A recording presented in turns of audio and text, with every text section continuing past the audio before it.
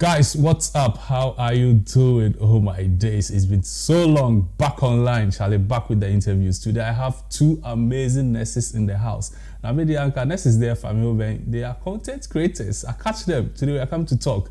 Guys, if you are new here, subscribe to this channel. My name is Yemoh. I do YouTube related content. I also do interviews. I can wake up tomorrow and start vlogging. Me, you don't know me. Anyway, guys, welcome. Thanks, big man. Thank you. All right, so Charlie, let's just get straight into it. Introduce yourself, make we set the ball rolling. My name is Francis AJ Mensah. Can call me an AJ. I'm a research nurse working in UK now. I'm not going to mention my hospital anyways. I'm married, not yet. I've not had kids yet. And yeah, that's basically about my life. I come from Ghana, Winneba to be precise. And yeah, that's me. The way you said married, you paused, not yet. Hey, bro, you didn't give pressure. Anyway, you're adding somebody tough, eh? Oh, no. Married, but I've not got kids yet. I thought you said married, not yet. I've not yet got kids. Oh, Charlie, sorry. Wifey, sorry. I beg. Sorry. Hey, bro, can you introduce yourself as well? Right. My name is Fifi. Originally from Ghana as well. And that's in the UK. I'm into health informatics, so I do IT training, a bit of project management here and there. I'm not married, unlike that guy. I'm not married, but it's in a pipeline. So pretty much about it. Yeah. They are here. We are coming to talk today. I'm going to learn how to be a nurse because nurse in the UK, Charlie, money the inside. Oh, you guys, you are rich. You are rich guys. Charlie? You are rich guys, right? I like. Oh, but we have nurses coming to the UK. You know, like all the nurses want to like travel to the UK. They think it's better here. So obviously, it's better here. Yeah. So the thing is, you'll be comfortable, right? But you won't get to. Everybody has got his or her dreams or goals. Me, I won't exceed Japan and despite them a level. I don't want pass. I won't catch Elon Max them a level, but next money, it will keep you going. You'll be comfortable. You can get a mortgage here. You can support your family, but that is it. You have to work for the rest of your life. All right, cool. Yeah, that's true. Life, completely agree. All right, cool. Yeah. We'll get into that. But guys, these guys are the FNF family. That's how I choose to call them. They have a channel called FNF Catchy Dialogues. I understand. But I choose to call them FNF family. They do podcasts. They get into people's life. They get different perspectives. They have like beautiful conversations. So we also come to have a beautiful conversation today. Now, I want to know, guys, why did you decide to leave Ghana, our beloved country? Who is going to go first? So the funny thing is, I think just yesterday there was a guy in Hong Kong carrying out a research about why people have moved from overseas into other countries, and one of the questions in the survey was what you've just asked, and for me it was to get a better life for myself. I've always wanted to travel outside of the country, so that was a major factor, and the fact that there were some opportunities that I wanted that I would never would have gotten them in Ghana. So that was pretty much it. And of course, there's the money bit where you don't really know that it's not enough until you get here. Right? So the money, be the money like that. So yeah, pretty much. I see. Anyway, bro, what about you? Back in high school, I'd always wanted to travel outside anywhere. I wasn't UK precisely, to the US, Canada, anywhere, just to further my studies. And I didn't know anything about nursing opportunities in the UK. After school, I think I did a bit of research, speaking to friends. I was working in 37 doing my national service by then. And I heard about writing an exam, IELTS. And I said, wow, I don't have to do anything. I don't know anybody in the UK. I've not got any family in the UK. But if I can just write an exam, relocating, converting the money, it was nearly 15 times what I'll be earning in Ghana. So, Charlie, it be dream coming true in the future. So I had to work hard and put those things in place. I realize that there's an opportunity I can take, and the only thing I have to do is learn, write an exam. So why not? I just did it, and I'm here. That doesn't mean I wouldn't want to go back to Ghana. Someday I want to go, but for now, Ghana salary won't be enough for me. So, UK. Okay, so Yeah. so with both your answers, I think people are still convinced, say it is better here. That's why I'm saying, like, you guys are okay. Like, see, I know it's not that easy here. I'm not even going to lie. It's not that easy. But with the way you guys are talking, I think it's way much better here than Ghana, right? Absolutely, absolutely. This answer, It's not shaky. just about the money. This answer, it's shaky.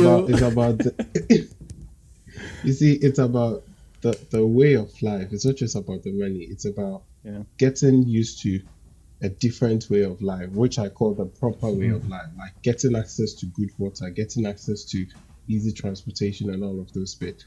When I first came in, I'm usually quick to refer back to how things were before I moved here to the UK, and the difference is clear. And right now, there are colleagues of mine who have traveled recently back to Ghana for holidays, and they were literally suffocating in the system, and they had to rush to come back. It's like it's different. I mean, people have their opinions with when you go to TikTok and Facebook, people are saying in our local language abroching, yena abrochioba, but bro, all the same, you just can't compare. We can't compete. Cool, but I think the kind of life that you live comfortably in Ghana, right? When you come here, you want to live the same life, like you want to eat what you want and things. You'll be living hand to mouth because things are very expensive. It's like you are earning 2,000 cedis in Ghana if you are earning 2,000 pounds here. You see, the only difference is, I'll say, the systems that are in place, their health system. You don't have to bother about lights going out and things. And there's not okay. There are people who will take bribes, but hardly. You don't even know who to bribe for a service. You know that you definitely get it. So it's just the systems, I think. But apart from that, if it's about your social life, Charlie, nothing beats Ghana. You won't get that social life here. You won't get it.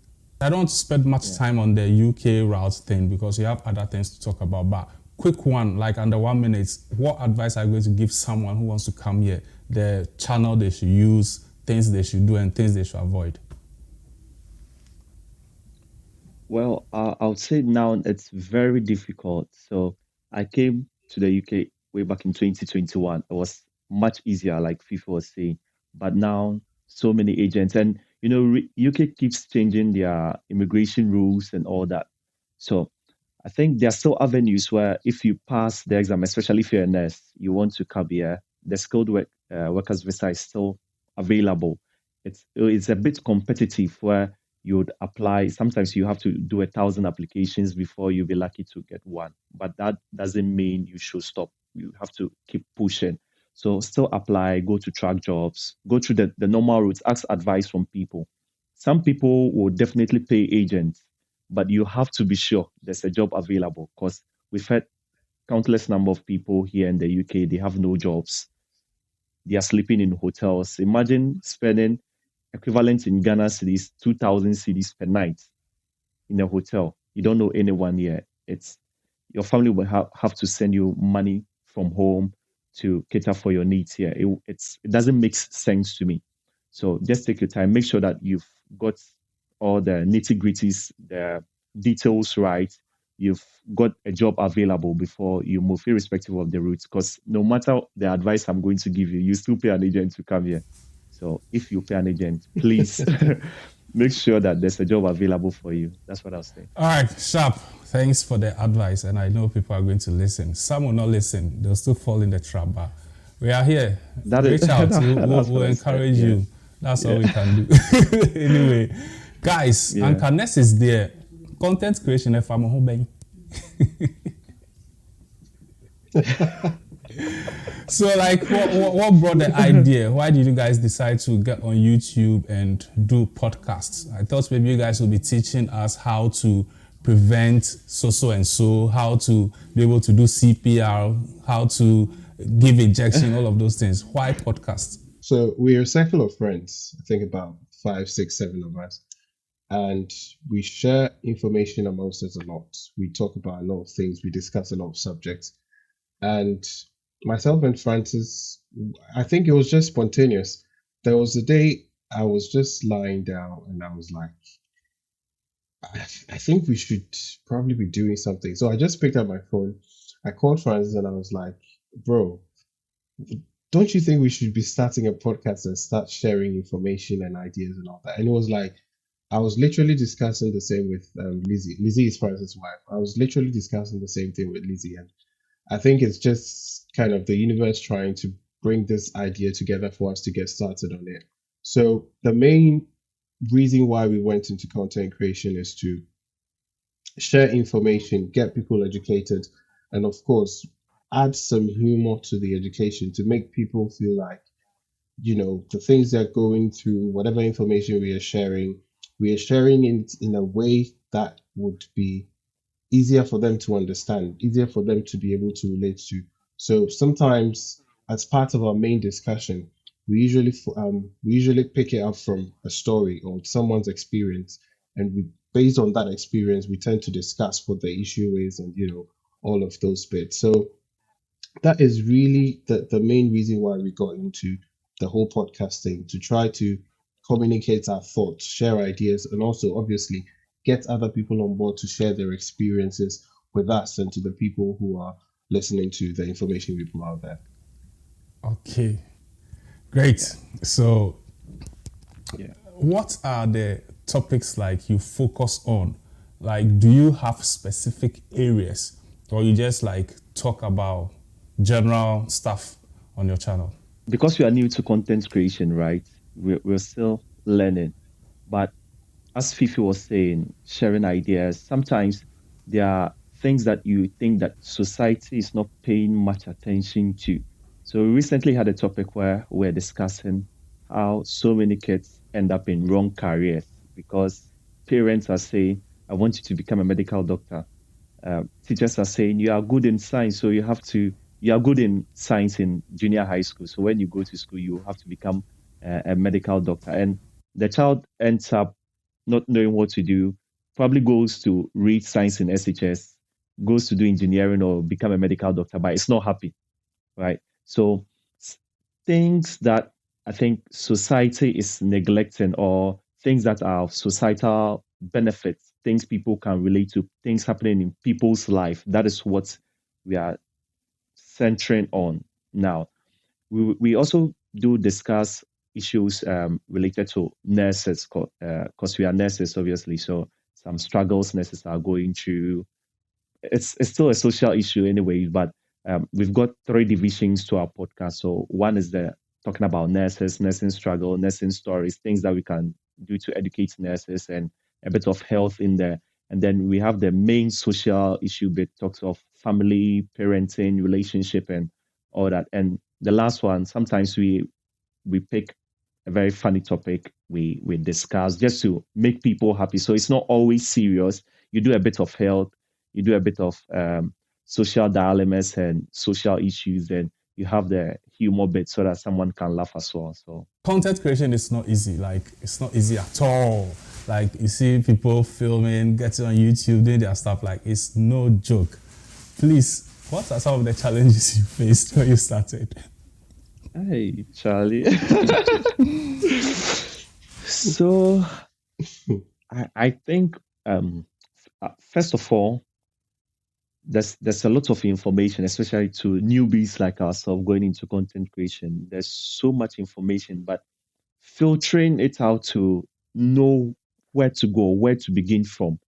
Sometimes they'll tell you, oh, going into, if you're a new person or a newbie in content creation, go this route. And you realize that everything being said in there, if you've not been in content creation for a very long time, you won't be able to apply.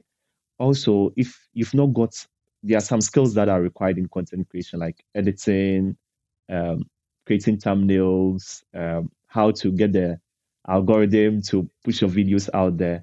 Some of those skills you have to pay for. And if you are new in content creation, you've not got the funds to pay people to do that for you, it becomes a bit difficult. You tend to be dragging your feet. You might have very good ideas, but how to get that information out to people, how to see your channel growing. Because when the channel is growing, that's what gives you that fuel, that energy to be able to do more. But I think we are still bent on learning and we are open to ideas. So uh, we are trying our best. Yeah.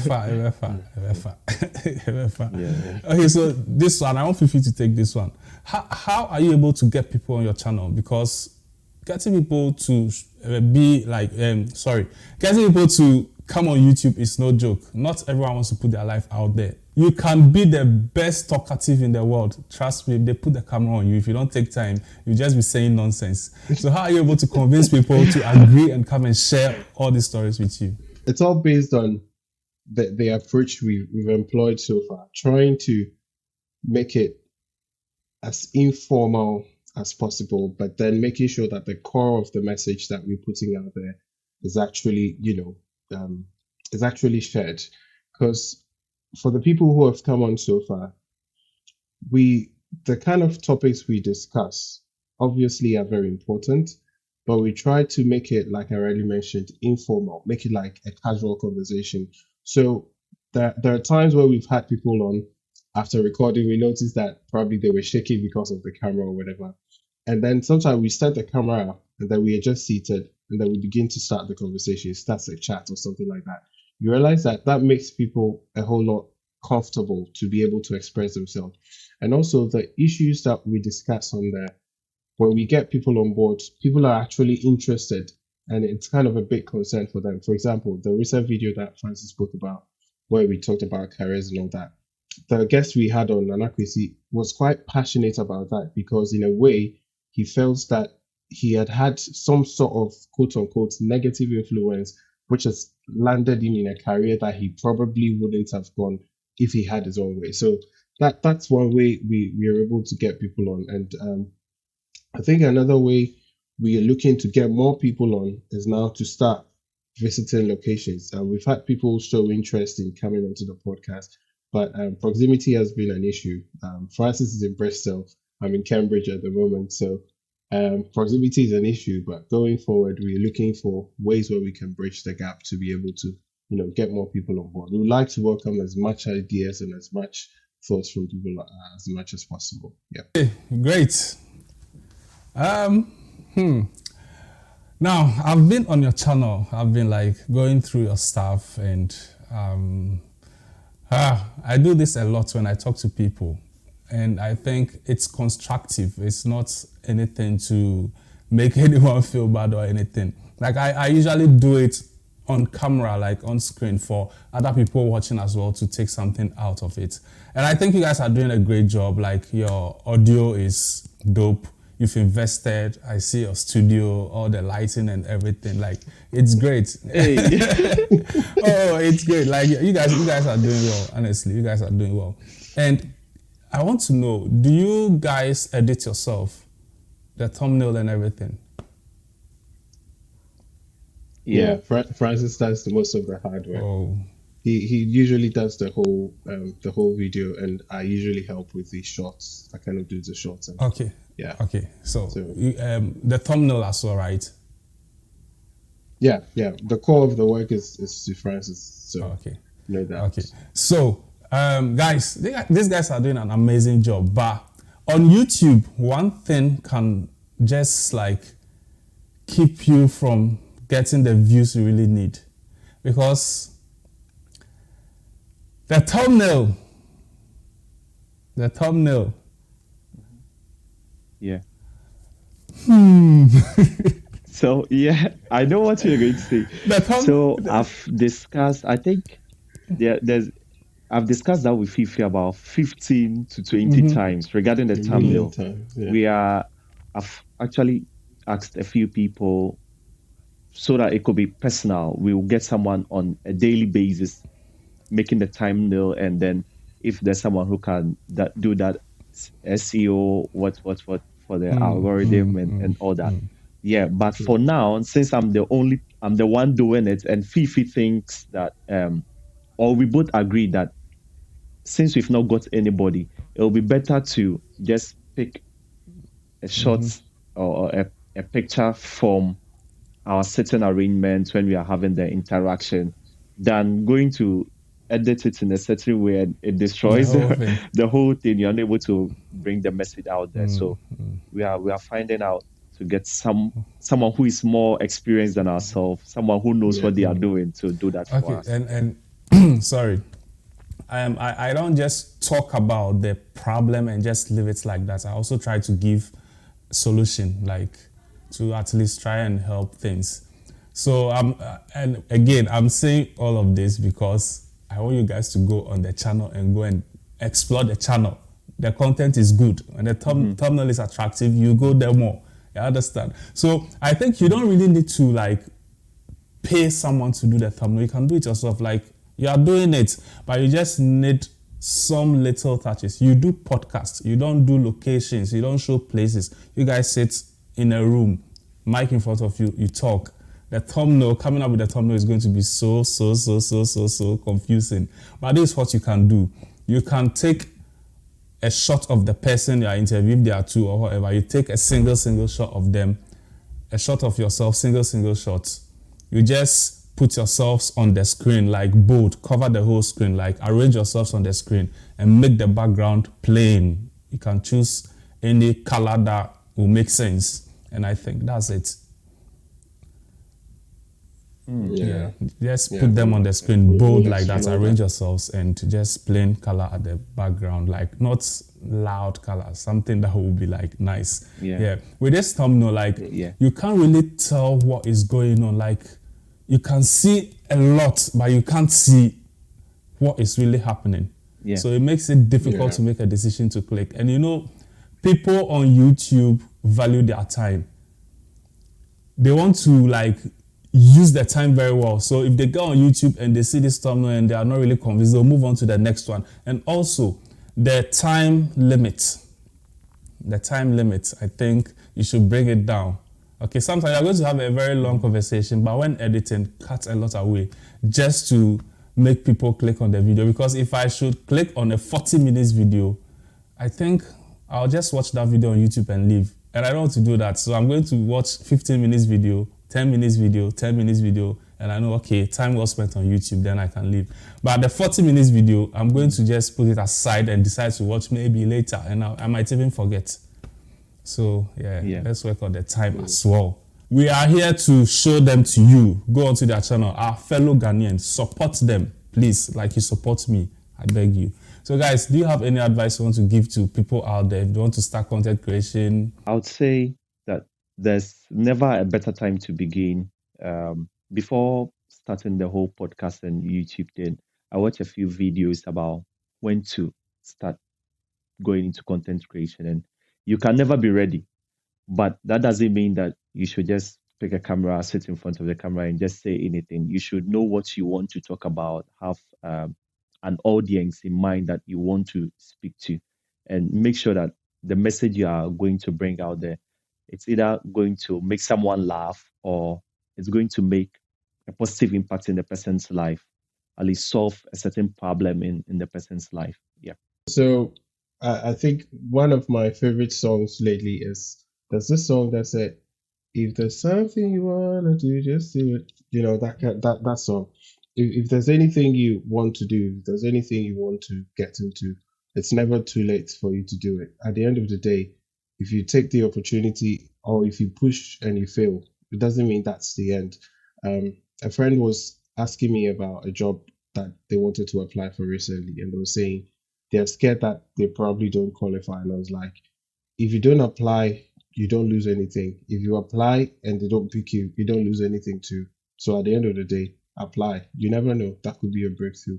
Whatever you feel like doing, whatever you want to do, as long as it is right, for me, it is right. Go for it. Okay, solid guys, there you have it. Our nurses doing content creation. Like irrespective of the job you do, you can still do content creation. Like it's not easy, but just start. Like they said, if you want to do it, just go for it. And I always tell you guys, see, it's not about who started first, but it's about who is doing it best. So just follow your dreams. Thanks for watching and I'll see you guys next time. But please visit their channel, okay? It's in the comment section. Peace out.